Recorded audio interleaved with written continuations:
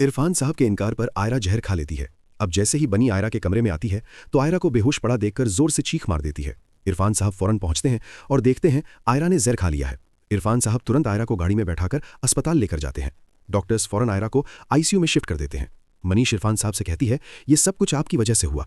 अगर आप आयरा का निकाह कामयार से करवा देते तो आज हमें ये सब कुछ देखने को ना मिलता। इरफान साहब बहुत ज्यादा परेशान हो जाते हैं। आयरा की बहन फलक भी वहां पहुंच जाती है।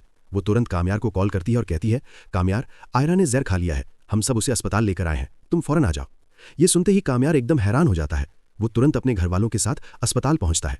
कामयार आसिफ साहब से कहता है, आपने आयरा के साथ बिल्कुल ठीक नहीं किया। अगर उसे कुछ हो गया तो मैं आपको बिल्कुल नहीं छोड़ूंगा।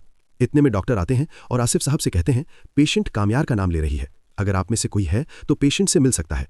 कामयार फौरन आयरा के पास पहुंचता है। आयरा तुरंत कामयार को गले लगाती है और कहती है, कामयार, मैं तुम्हारे बिना मर जाऊं, मैं सिर्फ तुमसे ही शादी करना चाहती हूं। कामयार तुरंत मौलवी साहब को कॉल करता है और उन्हें अस्पताल बुला देता है। मौलवी साहब को देख के इरफान साहब एकदम हैरान हो जाते हैं।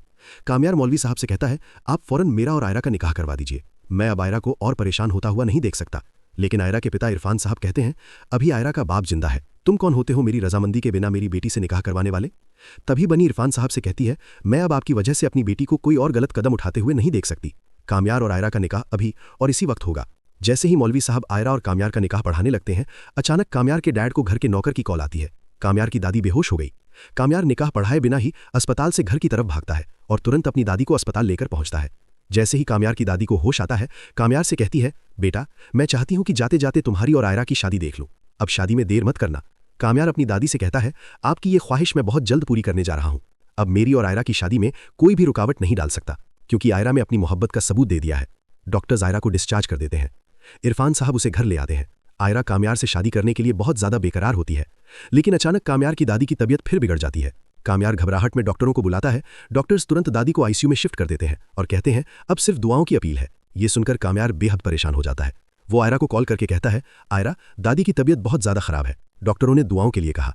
आयरा ये सुनकर परेशान हो जाती है और इरफान साहब से कहती है, कामयार के पास जाना चाहती हूँ। उसकी दादी अस्पताल में भर्ती हैं। इरफान साहब जाने से इनकार करते हैं, मगर आयरा अपने पिता की बात ना मानते हुए कामयार के पास पहुंच जाती है। तभी डॉक्टर कामयार के पास आकर कहते हैं, पेशेंट अब खतरे से बाहर है, होश आने पर आप उनसे मिल सकते हैं।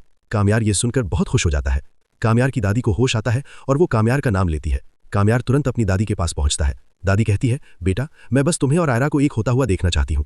डॉक्टर्स कहते हैं, अगर आप चाहें तो दादी को घर ले जा सकते हैं। कामयार और उसके घर वाले दादी को घर ले आते हैं। वो आयरा को उसके घर छोड़ाता है और कहता है, मैं तुम्हें अपनी दुल्हन के रूप में देखना चाहता हूँ। कामयार और आयरा के घर वाले शादी हॉल पहुंचते हैं।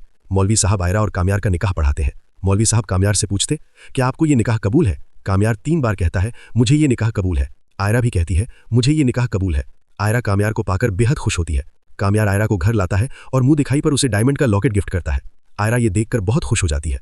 आयरा और कामयार रात भर प्यार भरी बातें करते हैं। अगर आपको ये रिव्यू अच्छा लगा हो तो चैनल को सब्सक्राइब कर वीडियो को लाइक कर कमेंट बॉक्स जरूर बताइए।